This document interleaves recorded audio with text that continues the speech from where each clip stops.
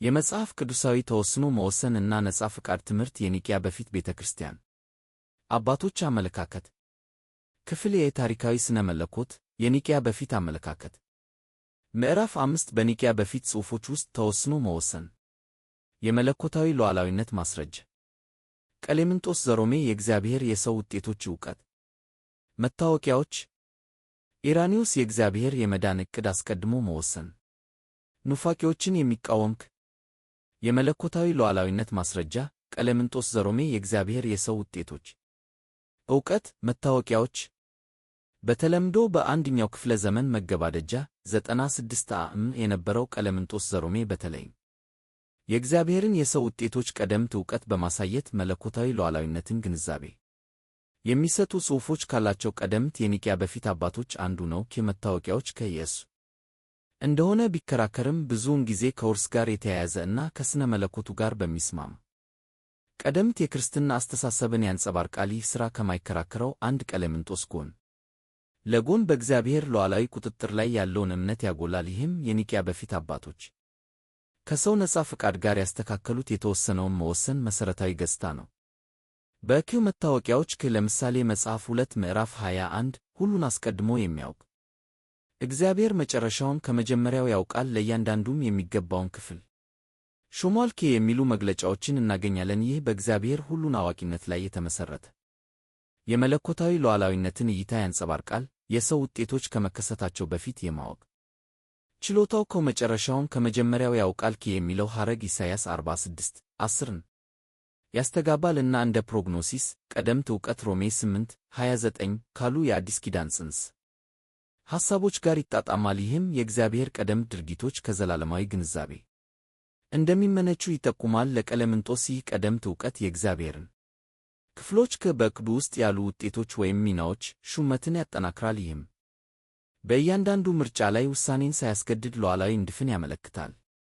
ይህ አመለካከት መለኮታዊ ሉዓላዊነት በበለጠ ስውር በሆነ መልኩ በተገለጸበት በአንድ ቀሌምንጦስ ጋር ይስማማል። በአንድ ቀሌምንጦስ 27:5-6 ላይ በሁሉን ቻይ ፈቃዱ ሰማያትን መሠረተ፣ በእግዚአብሔር ዘንድ ምንም የሚሳነው ነገር የለም በማለት የእግዚአብሔርን በፍጥረትና በታሪክ ላይ ያለውን ቁጥጥር ያጎላል። እዚህ የሰውን ውጤት በቀጥታ ባይናገርም የእግዚአብሔር ፍቃድ የመጨረሻ ግቦችን እንደሚገዛ ይጠቁማል። ይህም በኪው መታወቂያዎች ውስጥ የተስፋፋ ጭብጥ ነው። ፕሴዶ ቀሌምንጦስ ጽሑፍ ይህንን ከመዳን ጋር ያገናኘዋል። እግዚአብሔር ማን ምላሽ እንደሚሰጥ አስቀድሞ ያውቃል። በመጽሐፍ 3 ምዕራፍ 59 ላይ እንደሚታየው የሚድኑትን አስቀድሞ ያውቃል። ሆኖም ይህንን እንደ ቀደምት እይታ እንጂ እንደ ግዴታ አይቀርጽም። የኒቅያ በፊት አባቶች የቀሌምንጦስን ትውፊት ጨምሮ ይህ ሉዓላዊነት ነጻ ፍቃድን አልሻረም። መታወቂያዎች ከመጽሐፍ 2 ምዕራፍ 20 እግዚአብሔር አያስገድድም በማለትም ያስተውላል። ይህም ውጤቶችን መዳንን ወይም ፍርድን አስቀድሞ ቢያውቅም ሰዎች ተግባራቸውን እንደሚጠብቁ ይጠቁማል። ይህ የግኖስቲክ ዕጣ ፈንታን መቃወማቸው ጋር የሚስማማ እና ተወስኖ መወሰንን እንደ የእግዚአብሔር ዕቅድ ለምሳሌ የእስራኤል ምርጫ ከሥነ ምግባራዊ ኃላፊነት ጋር የተስማማ የአይሁድ ተጽዕኖ ያለው እይታን ያንጸባርቃል። ስለዚህ የቀሌምንጦስ በእግዚአብሔር ዕውቀት ላይ ያለው አጽንዖት ሁሉን አቀፍ የግለሰብ ዕጣ ፈንታ ሳይሆን በክርስቶስ በኩል መዳንን የቅድመ አውግስጢኖስ አስተሳሰብ ባሕሪ የሆነውን ሚዛን የዓላማን ተወስኖ መወሰን ይደግፋል።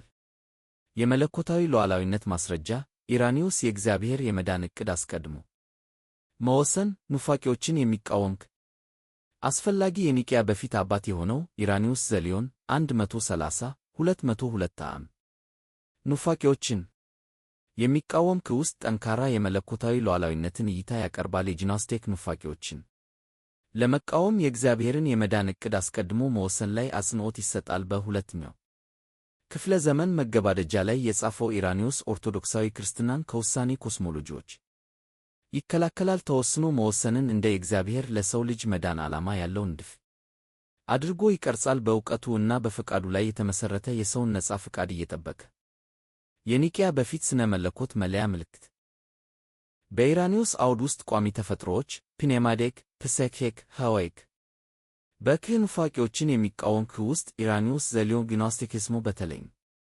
የቫለንቲኒያን ኑፋቄን ይጋፈጣል። ይህም የሰውን ዕጣ ፈንታ ለማስረዳት ቋሚ ተፈጥሮዎች ፕኔማዴክ መንፈሳዊ፣ ፕሳይኬክ ነፍሳዊ እና ሄኖይክ ቁሳዊ የሚወስን አንትሮፖሎጂን ያቀረበ ይህ የግኖስቲክ ማዕቀፍ ከኢራኒዮስ መለኮታዊ ሉዓላዊነት እና ነፃ ፈቃድ ስነ መለኮት ጋር በእጅጉ የሚቃረን ነው። ይህም በእግዚአብሔር አስቀድሞ በተወሰነው የመዳን ዕቅድ ላይ ያለውን አጽንዖት ወሳኝ ውድቅ ያደርገዋል። እነዚህን ቃላት መረዳት በእግዚአብሔር ሉዓላዊ ንድፍ ውስጥ የሰውን ተግባር ለምን እንደ ቅድሚያ እንደሰጠ ያብራራል።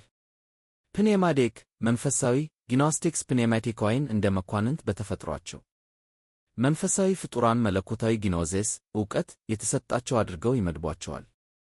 በቫለንቲኒያን አስተሳሰብ ኢራኒዮስ ከኑፋቂዎችን የሚቃወም ከ1.6 1 ላይ እንደተረከው ፕኔማዴክ በተፈጥሯቸው ይድናሉ። ብልሹነት አይችሉም ምክንያቱም የመለኮታዊ ፖኤፎማ ሙላት ብልጭታ ስላላቸው ይህ ቋሚ ተፈጥሮ ከድርጊቶች ነፃ ሆነው ለመዳን አስቀድሞ ይወስናቸዋል። ይህም ከፍ ያለ ያያን እንጂ መጽሐፍ ቅዱሳዊው አምላክ ዕጣ ፈንታቸውን የሚገዛበትን የውሳኔ ኮስሞሎጂ ያንጸባርቃል። ፕሳይኬክ ነፍሳዊ ፕሳይኬካዊ ወይም ከነፍሳዊ ከክፍል መካከለኛ ደረጃን ይይዛሉ። ኢራኒዮስ 1.6 2 ላይ እንደተናገረው ፕሳይኬክ ነፃ ፈቃድ አላቸውና ወደ መልካም ወይም ክፉ ሊያዘነብሉ ይችላሉ። ከነገር ግን መዳናቸው በሥራና ለዴሜርድ የቁሳዊውን ዓለም የፈጠረ አነስተኛ አምላክ መታዘዝ ላይ የተመሠረተ ነው። ይህ ቡድን በግኖስቲክ እይታ አብዛኞቹን ክርስቲያኖችን ጨምሮ የፕኔማቲካዊን ተፈጥሯዊ መለኮትነት ይጎድላቸዋል። ይህም ዕጣ ፈንታቸውን ተለዋዋጭ ሆኖም አሁንም በኮስሚክ ተዋረድ የተገደበ እንጂ ሙሉ በሙሉ ነፃ አይደለም።